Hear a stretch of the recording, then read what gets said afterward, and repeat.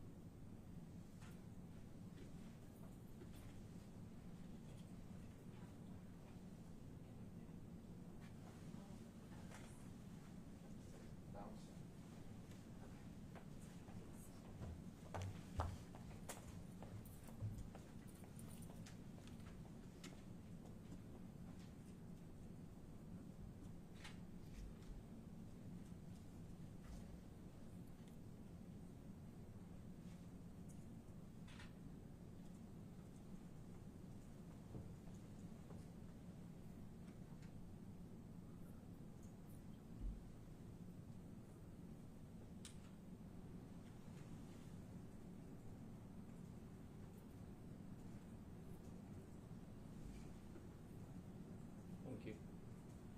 I think I hear room tone. Yep, of course. Thanks for.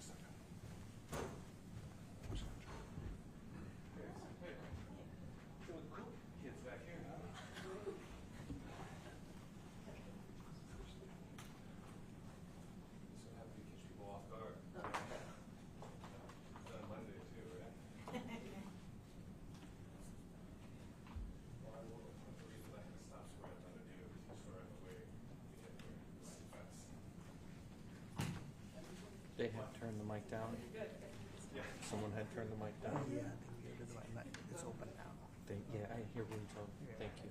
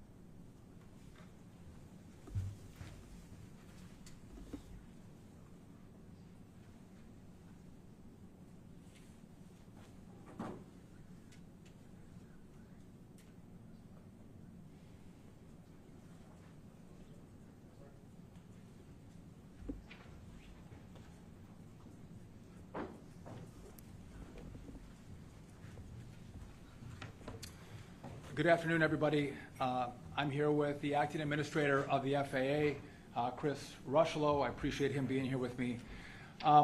We want to talk, and Frank from the FAA here is as well. Listen, we've all been reporting and seeing what's happening at Newark Airport. And I think it is clear that the blame belongs with the last administration. Pete Buttigieg and Joe Biden did nothing to fix the system that they knew was broken. And so I want to lay out how we got here, what's going on in Newark, and what our plan is to actually fix it under this Trump administration, who, by the way, fixes problems, doesn't cause problems. So how we got here. In July of 2024, the Biden-Buttigieg FAA moved control of the Newark airspace from New York, or also known as N90, to Philadelphia Tower or the Philadelphia TRACON. As part of the move, the STARS system that processes radar data for Newark remained based in New York, so they didn't move it from New York down to Philly where the controllers would be. Redundant and diverse telecommunication line feeds this data from New York to Philadelphia TRACON, where controllers handle New York arrivals and departures. The Biden-Buttigieg FAA bungled this move without properly hardening the telecom lines feeding the data, which was already well known to be error prone. Without addressing the underlying infrastructure, they added more risk to the system. In fact, there were issues in October and November under Biden and Buttigieg that would have highlighted to the prior administration that the underlying hardware would continue to cause problems. That, along with their overall neglect of our whole aviation system and the aging issues that we've highlighted over the course of the last several weeks, were clear mistakes of their administration. So let's talk about where we are now. What's going on in Newark? So a trio of recent equipment issues at Philadelphia on April 28th, May 9th, and May 11th affecting communication radar displays has highlighted the antiquated nature of the nation's air traffic control system, which is still using copper wires and other outdated technology. The incidents on April 28th and May 9th resulted in very brief outages that impacted the STARS radar data displays going down. The most serious of these outages lasted approximately 30 seconds. This includes the STARS radar data displays going down again for 30 seconds. The STARS displays took approximately 60 seconds then to reboot and come back online. So there's been some discrepancy, 30 seconds versus 90 seconds. The outage was 30 seconds, but then the displays took another minute to boot. That's where you get 30 and 90 seconds. But the telecom was out for 30 seconds. The outage also interrupted the phone line and radio frequencies for a very short period. This is how controllers talk to pilots. Radio frequency connections to phone lines via voice switches are the primary way those controllers do talk to pilots. These frequencies returned almost immediately, which is why you heard pilots actually telling airplanes that they couldn't see them with the radar. They were able to talk to the airplanes, but couldn't see the radars or the airplanes on their scopes. These issues, along with staffing shortages at Philadelphia and runway construction at Newark, have led to the delays for passengers. So in response, on Friday night, the FAA implemented a software update to prevent future outages. The software patch was successful, and our redundant lines are now both working. We know this because on Sunday there was an outage. You all reported on that. And the outage was, the main line went down, but the redundant line did stand up, meaning our patch, our fix worked. Now, because of that, the controllers who had seen this the prior two times, when they saw the main line go down, they were concerned. Even though they could see airplanes and talk to airplanes, out of an abundance of caution, they actually shut down the airspace for 45 minutes. But we still had our scopes and our telecom functioning on Sunday morning. So it's important to note that, and we're going to talk about this in a little bit, this system is so old that even if you have high-speed fiber information coming in to a TRACON or a tower, the equipment that we use is so old, the information has to be slowed down. It comes in too fast. It has to go at the speed of copper wires. So again, we have two issues: the reliability of the telecom, but also the old equipment that we're using paired together are causing a lot of issues in the system. So let's talk about what the Trump administration is doing moving forward to fix the problems that were left to us from the Biden Buttigieg administration. Now, while these temporary software fixes that I mentioned earlier that worked on Sunday morning should prevent future outages, the core issue is the telecommunication lines. Here's what we're doing to fix the telecom. One, I'll be requesting an OIG investigation into the failures of the last administration and the decisions that were made to move the TRACON from N90 in New York down to Philadelphia, and the work that was done to plan for this move and making sure that the lines were hardened. The FAA today is assembling a tiger team of experts to fully fast-track the fixes that we've identified need to be done to make sure this works. The FAA has replaced copper lines with fiber lines at Newark, JFK, and LaGuardia. That work is done. It was done in the last couple weeks. However, it's going to take another week or two to be testing those two lines before we flip the switch and make them live. We're also, we're going to flip that, but it's 1 to 2 weeks. It's going to actually happen, we hope, at the end of May. We have spoken with the heads of Verizon and L3 Harris to understand why the telecom issues persist and how we can expedite those fixes. And again, we work with L3 Harris as our contractor, and Verizon is on the ground offering the support on the lines that run actually the telecom into the TRACON. They've assured me that this work is their top priority, especially Verizon. I spoke with their CEO yesterday. It's a top priority. They're going to move this work as fast as possible to get efficient and effective lines working for Newark. The goal is to add 3 new telecommunication connections between New York and Philadelphia. This will provide more high-speed, reliability, and redundancy, so if one goes down, we are assured that the others will stand up. The goal is to have this done as soon as possible. I'll give you an update as soon as we hear back from Verizon on how quickly they can progress with this work. Let me be clear. Even with these new lines, we still, as I mentioned, have to dumb down the data feed from these outdated systems inside of our towers, our centers, and our TRACONs. Again, I showed this last week. We're using equipment that looks like it's off the Apollo 13 set. And so today we have high-speed fiber, but when it comes into the TRACON, we do slow it down so it can be used by the old equipment. Our hope is to have high-speed fiber connections and then new technology in these towers, in TRACONs and centers, so we can maximize the use of American airspace. Number 5, the FAA is deploying a temporary backup system to the Philadelphia TRACON that will provide redundancy during the switch to a more reliable fiber optic network. This system will ensure that if both fiber connections fail, at the same time, air traffic controllers will still be able to communicate with aircraft and with other controllers. This fortifies communications, ensures it is uninterrupted if a dual fiber failure occurs. The FAA is going to establish a STARS hub at the Philadelphia TRACON so the facility doesn't have to pull that data from New York. So again, we're pulling it from New York. We want to bring that down to Philadelphia. By the way, the STARS system should have been brought down to Philadelphia before this TRACON was moved. Biden and Buttigieg did not bring it down. They just quickly moved the TRACON without having STARS in place and without testing how hard the equipment actually was in regard to telecommunications.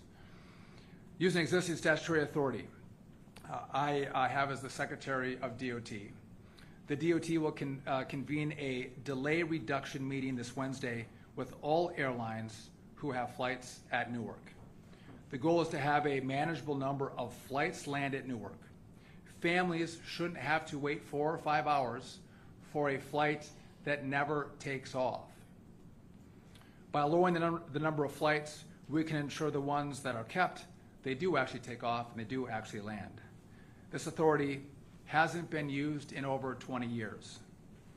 As I've stated publicly, if Congress approves our plan, the President's plan, to build a brand new air traffic control system, work at Newark is going to be a priority. We will do that first. And so, again, to recap, I'm going to pass it off to the administrator.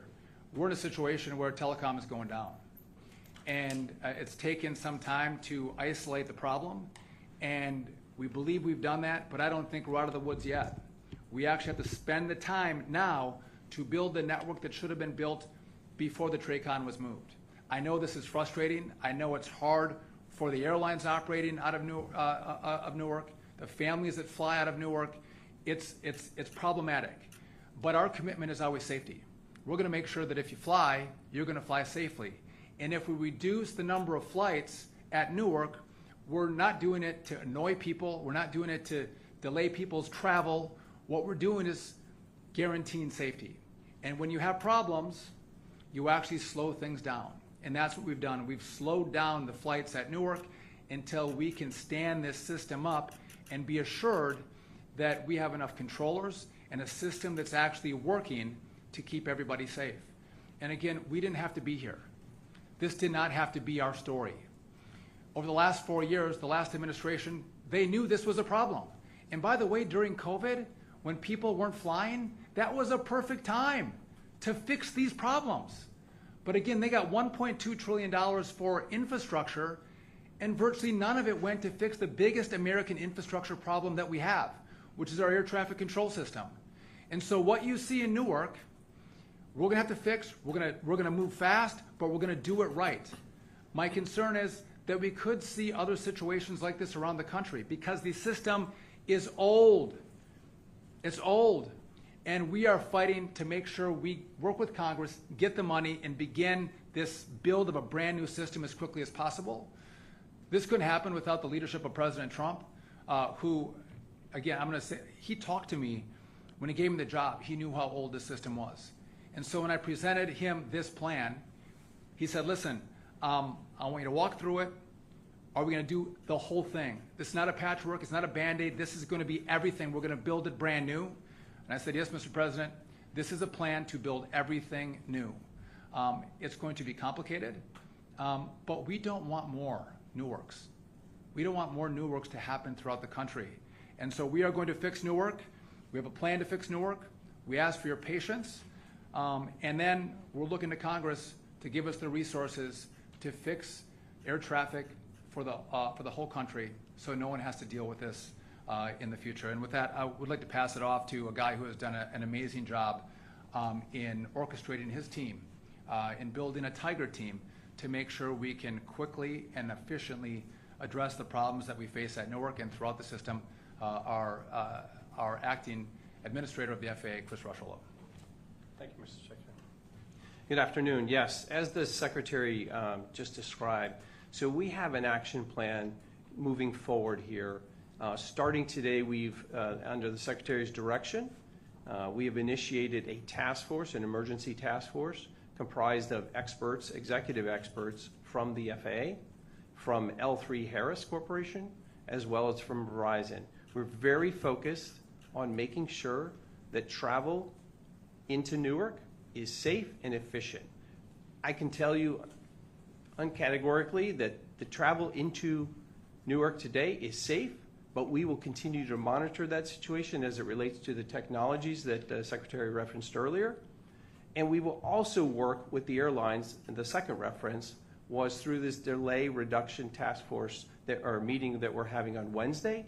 That will be critical to working with the carriers to make sure that the travel season this summer is good for the American traveling public. So again, first and foremost, we have a task force starting today with the right technical experts to keep focus on this every single day and to be transparent about the progress we're making. And the second piece is to make sure that we're working with the airlines and the airport, the Port Authority in New York and New Jersey, to make sure that the travel into Newark this summer is safe. The final thing I would mention, and the Secretary touched on this as well, is it is time. We have seen delays and disruptions in the system. We need to get ahead of that. And by being bold and taking action on this new air traffic modernization program. That will be the long-term fix, even the midterm fix, to make sure that we continue to provide safe and efficient travel for the American traveling public.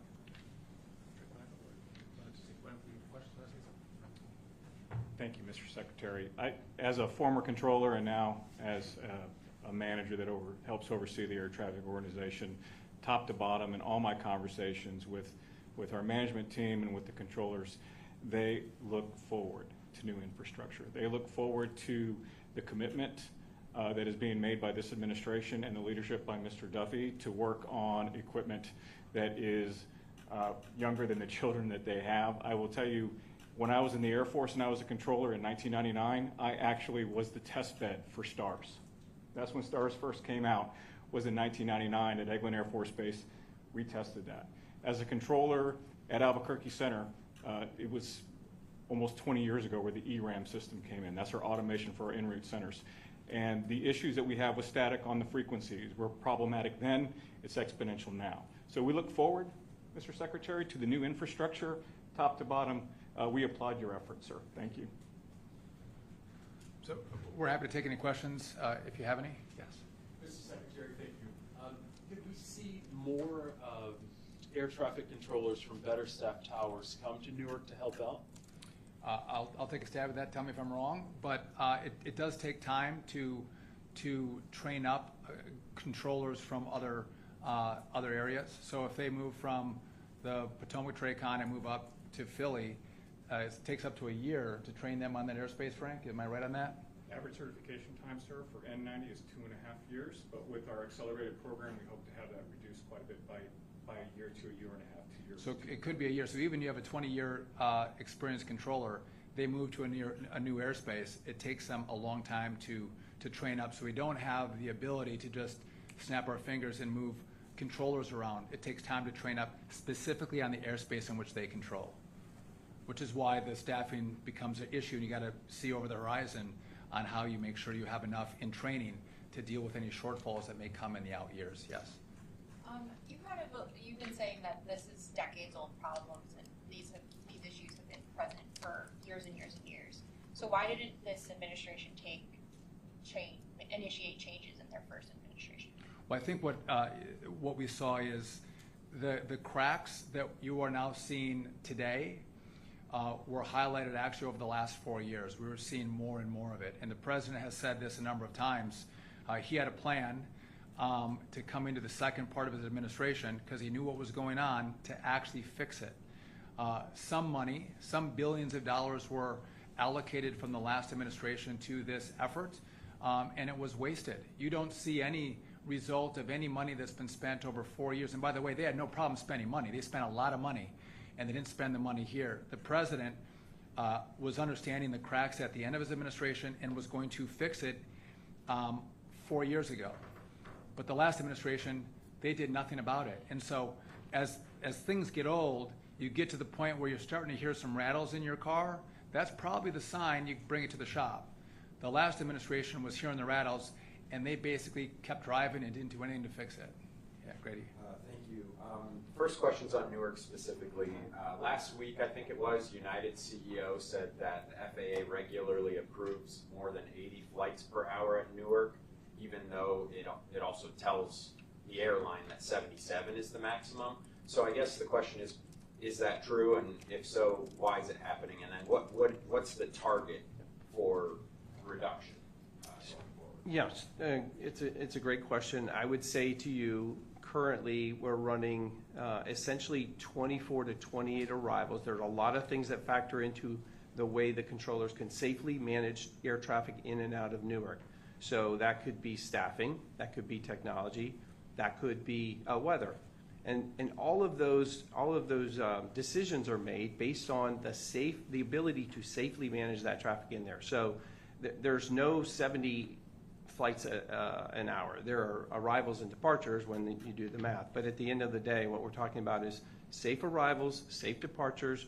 Right now we're running a variable rate between 24 and 28. We expect that will continue. Again, when the construction project finishes at Newark, we will have an ability to kind of manage some additional traffic.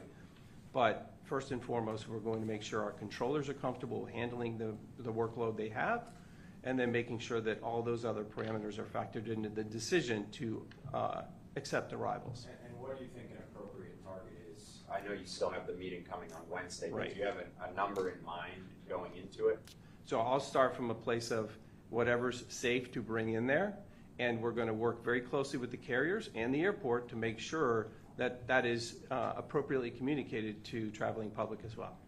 And Mr. Secretary, one for you. In his previous term, President Trump advocated for the privatization of ATC.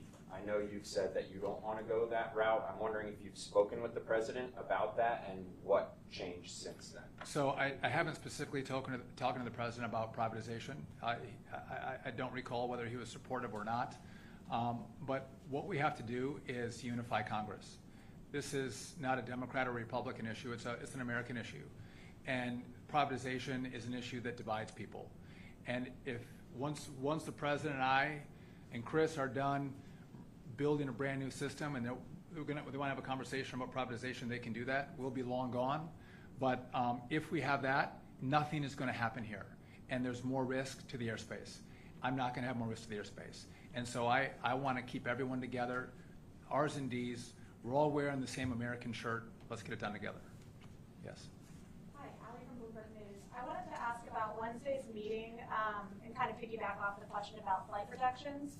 So I saw that the notice mentioned the FAA was going to propose no more than 56 total operations per hour, 28 arrivals, 28 departures.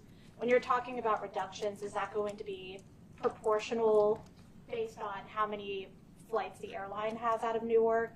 And then also which airlines are attending Wednesday's meeting? So I don't have a list of the RSVPs just yet. I can tell you that based on those conversations that will occur and in our, I'll call it our target rate, all those airlines are going to have to come and explain what they need and making sure that we're doing this in a fair and open, transparent manner. So I don't want to get ahead of that conversation. I think it's fair to say that both the airport as well as the airlines are going to have strong feelings about what they need to get out of Newark. We will have those conversations, and as a result of that, we'll make those decisions public. I think it's important to know we don't want to front run that conversation. Again, we're convening the airlines and having an open and constructive dialogue with them, we hope. Yes. Yeah, well, guys, on the air current. Just wanted to clarify. So, the move of N90 from Long Island to Philadelphia has kind of been in the works for years, as I'm sure you know. Are you specifically criticizing the way the move was done, or the fact that airspace was moved at all? What I'm criticizing is the fact that I don't believe the telecom was adequately tested, because if it had been tested, they would have seen the errors that they saw in October and November of last year under their administration, and we wouldn't be seeing the errors in the telecom right now. So they didn't test it, and before they moved the TRACON, they should have put the STAR system down at Philly. That would have hardened the system. And so there was a number of things that weren't done in preparation for the move, which has left us in the situation in which we now have these reductions and cancellations at Newark. Yes. Sam Ogazalik at Politico. You mentioned the backup system at the Philly TRACON and then also a software patch on Friday. Are those the same things, or can you distinguish what the differences are, if there are any? So, do I want to take this? Do you want to go? I'll try it, and then if I get it. So, because the telecom is so fast coming in, and we have to slow it down. When the primary line went down, and we switched to the backup line, the system we have in place was not adequately slowing down the feed, and so it overloaded that line and it went down. But again, we are trying to slow speeds down to 1990 speeds for 1980 equipment, right? So we're going to build new high-speed, resilient fiber lines, but we also then need technology from today that can take the speeds.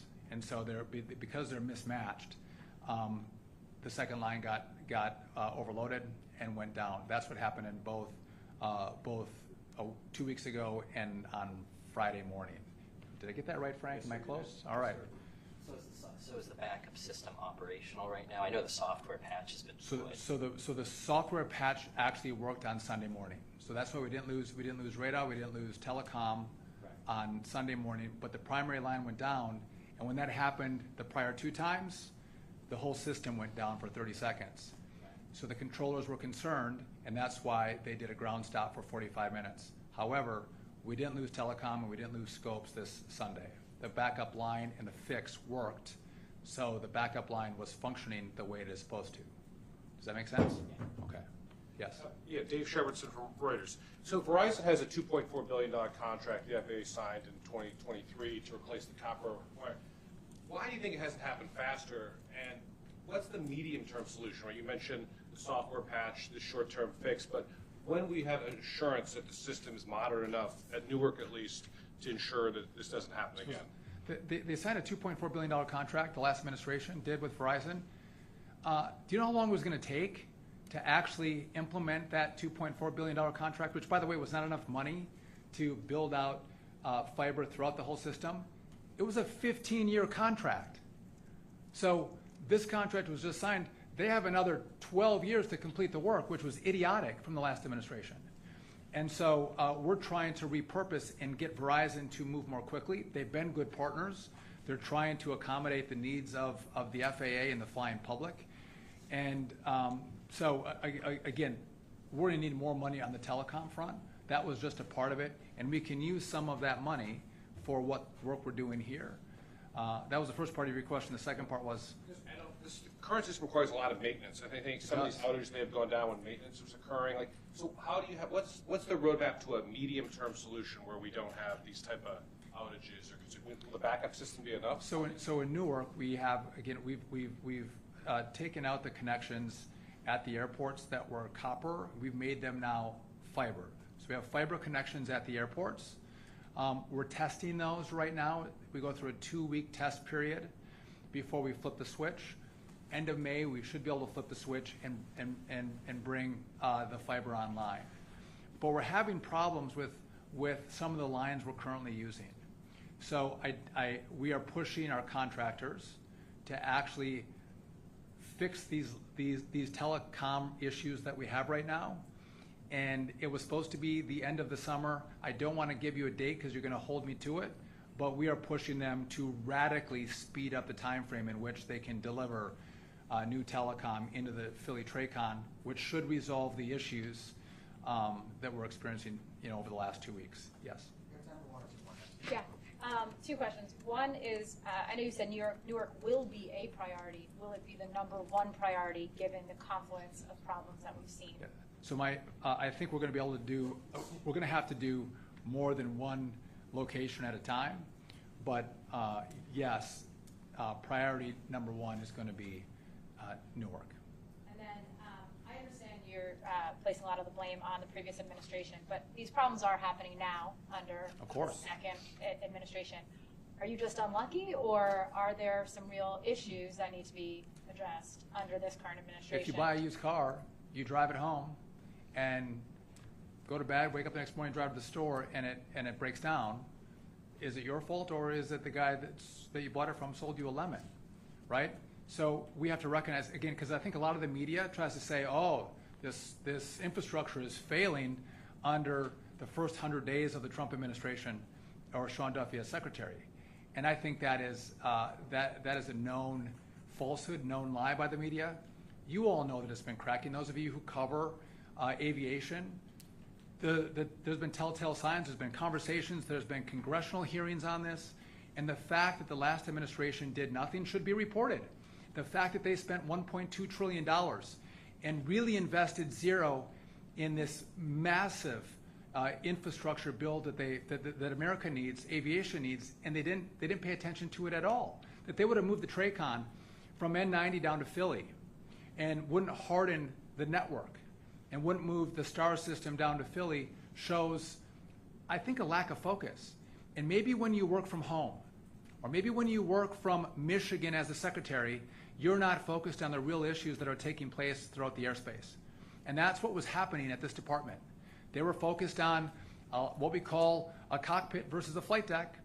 We had to change notice to airmen to notice to air mission, right? That was the focus, as opposed to you have a cracking system and let's get the money to fix it, or let's at least start the fix in that system. They didn't do that. And so I've inherited it. The Trump administration has inherited it. Donald Trump has said, we are going to fix it. We are not going to pass it off. So we are not going to do what they did. And so I fully embrace, as you can see, we've developed a plan, we've put out a plan, we've told the Congress this is what we have to do. We are not shying away from any problems, but I think it's important to recognize why we have the problems. You didn't get old, cracking infrastructure in 100 days. It came from the 4 years before where they chose to do nothing. And so we're going to fix it. The Congress has to help. And if they do, we're going to fix it quickly. They gave us the problem. We have the results in this administration. And again, we're going to continue to update you. If there's any other issues at Newark, we want to be transparent. We want to let you know what infrastructure problems there are. If there's telecom issues, we're going to let you know what those are. And we'll keep you apprised of how we're going to fix the issues that arise. Hopefully we're done. I'm not going to tell you we're done. My hope is that we're done. But as Chris Rushlow indicated, we are about safety. And I know there's frustration about the number of flights at Newark. I get that. I fly out of Newark. My wife flies out of Newark. My kids fly out of Newark. It's frustrating. But again, we're all about safety. And safety is the mission. And so if we can only do 24 to 28 flights an hour, that's all we're going to do to feel like we are adequate in the mission of keeping people safe going from point A to point B. And with that, thank you all for coming. We'll keep you updated as things develop.